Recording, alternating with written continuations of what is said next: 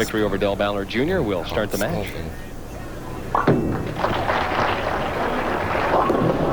We saw Ballard throw one like that in the opening match, the 3-9. He missed a little left, and it's gone. Run away, Brooklyn, that trip. Further than that. You're right. Lucky to get the head pin. 24 career 300 games. We see Dell had 29. Yeah. These guys can string the strikes, can't they, Dan? Nice conversion. He is getting a lot better on his spares. You see his eyes after that was completed? That was tougher than trying to get 10. These guys? Age 33. Bob Spaulding, all business, trying to get something started here, and he'll take the Brooklyn strike right off the bat. What if that little weightlifter pose there was for Mr. Vespi? Spaulding looks like the John Hersina of the PBA National Tour. Doesn't he? I'd like to see those two arm wrestle. That'd be an interesting match. I don't know who I'd bet on. That'd be rough. I just watched. John Hersina, now he's a strong customer. Yes, John is. He works hard. Works out a lot. For the double on the back to back. He's lined up. My, look at Vespi. He's got to be the blood pressure's got to be going up. Is he watching? You can tell by the sound that it's a Brooklyn. Can you really? Sure, it's got that accent.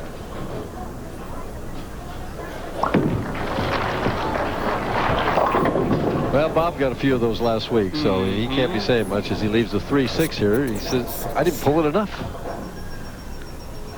I guarantee if he'd have got it over Brooklyn and struck, he'd have been right back in Spaulding's face.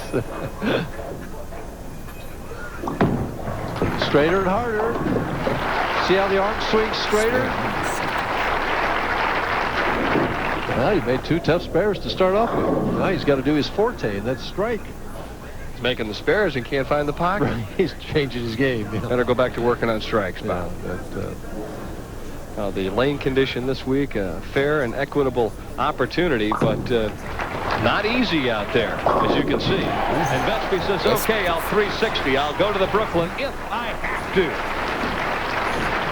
Well, apparently they have to. I mean, no room on this shot. You know, he'd gotten it out to the edge. Watch the head pin. What hit the 5? Spaulding trying to get one in the 1-3 here. A little more room. Didn't quite get it to the Brooklyn this time, but the 10-pin releases, and he's left with just the 3. Needless to say, neither player is lined up very well right now. That may be the understatement of the summer. Yeah, right. Boss must be over the sign here just licking his chops. Gonna go a lot straighter. All right, a spare for Spaulding. We asked him, is there any timetable for winning out here? The thing is just to keep making television shows, and then sooner or later you're going to get a break. I mean, I just believe in that. That's the way it's going to be, and all I can do is bowl the best game that I can bowl, and sooner or later I think it's going to come my way. He's already had 2 breaks tonight. Yeah, he's looking for more. Well, now, Michael, he's missed left 3 times in a row. I mean, when does the adjustment come into play? Well, not this frame. That missed further left. Again, the 3-9. That's the 3rd time we've seen it by 3 different bowlers. So did he move left and the ball hooked earlier? It appeared that way, didn't it? Mm-hmm. But you cannot move in and find oil to get the ball to go down the lane. PBA lane maintenance here is oiled 32 feet, buff to 35. The last 25 feet is bone dry.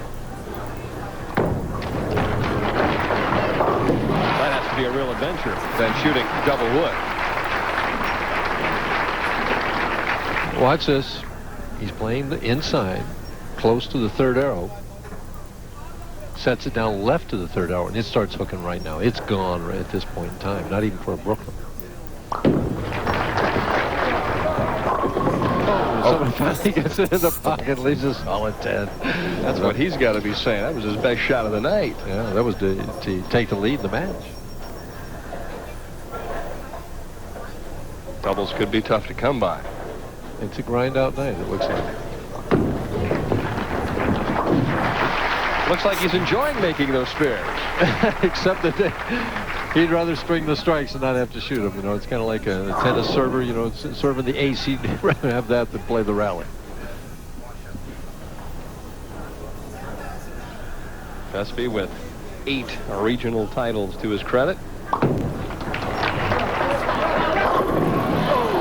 Oh, man. He looks over at Billy Hall and smiles. Says, wait a minute, I'm going back to Brooklyn here. This pocket, solid 10, solid 7. How can that be? I mean, come on, let's be realistic about this. What?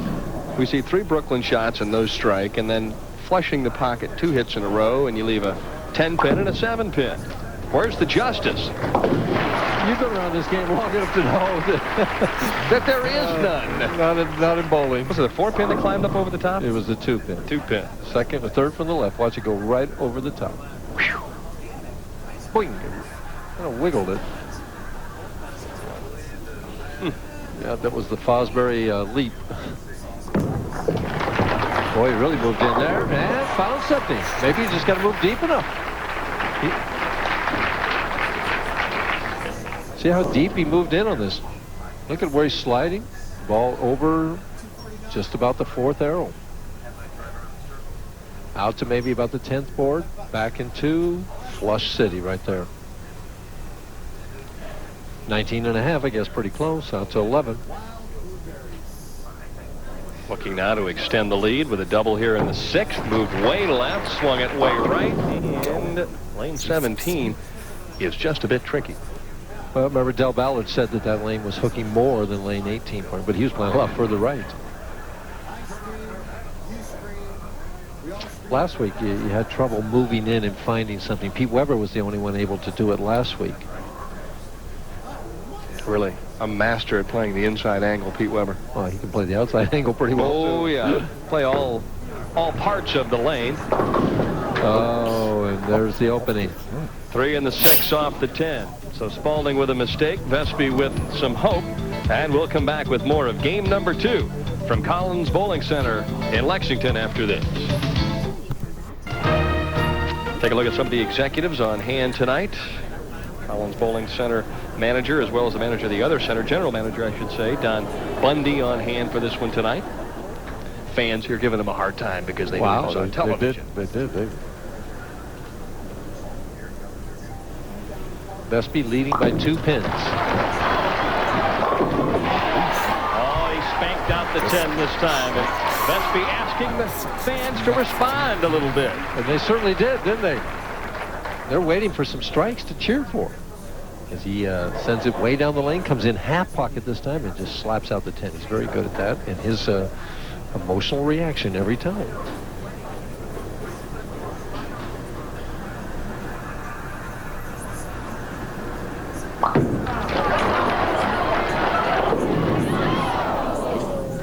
Shook him up, and out came the 10-pin.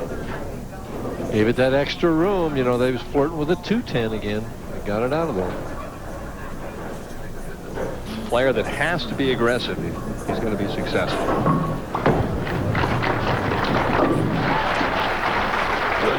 He's smacking his hands every time he makes a 10-pin now. Let's see what Mr. Spaulding does here now. He was flush on this lane last time, moving inside.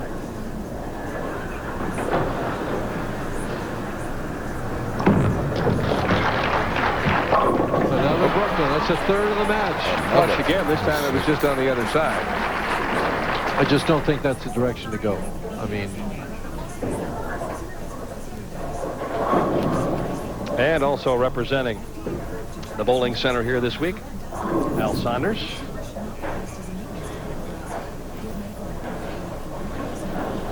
See the score there. 2 pins. Spaulding can take the lead if he can take advantage of that Brooklyn that he got. Which way is he going to move, right or left, Ed? I'd be moving right. He went left. Good move. That one. Seems to know what he's doing, huh? Well, at least he got it to the right side of the head pin. Yeah. And he took advantage of the big break. Well, he's had really several breaks because, you know, Vespi leaving the solid 7, following that up with a strike. That's inside the target. And a Brooklyn for Bob Vespi, that is. Well, I guess We've this seen is more Brooklyns tonight than we've seen the entire summer tour. I guess this is just a battle of who can carry the most Brooklyns. It's the Battle of Brooklyn. Right now, Spaulding's ahead 3-2. Not to be confused with the Battle of the Bulge. Of course, if you live in Brooklyn, they're jerseys, aren't they? Sure, if you live there. A lot of room. That one's not Brooklyn. No, he trusted that one. Nope. That one's 0. But, as it's the 9th frame, he has to convert this to keep himself in the match. Yeah. Snaps it off. And we see it just dip in right into the moat there. Yep. Yeah, don't let that ball go.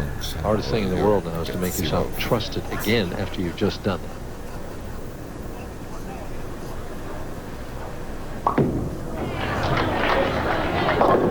He did. And Left the 2-8.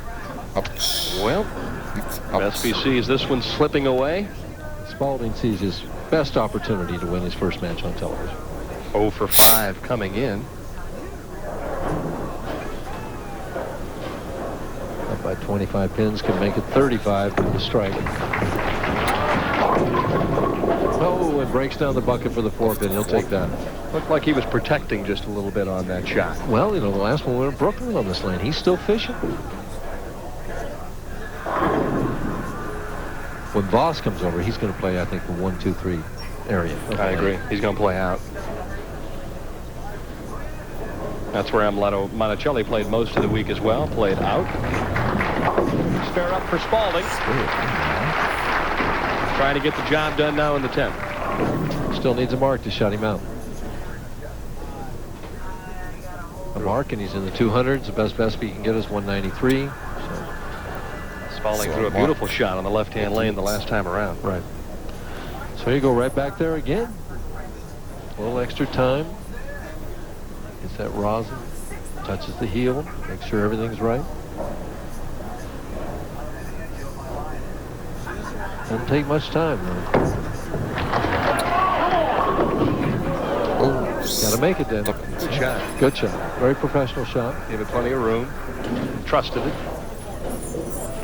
Now just the 10-pin stands between victory number 1. Changes balls.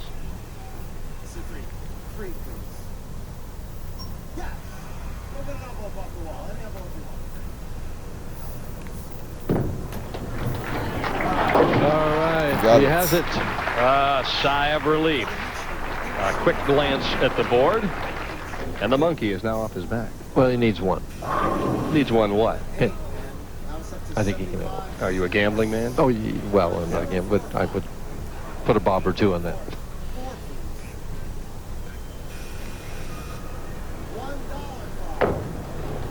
He got one. Went back to an old familiar shot. The 3-9 Brooklyn. But he knows in his mind he's going to have to do something, Mike, make some kind of an adjustment because with Voss and Monticelli coming up. Well, at least he got 200. That's the first one we've had tonight. You know, so scores are not big.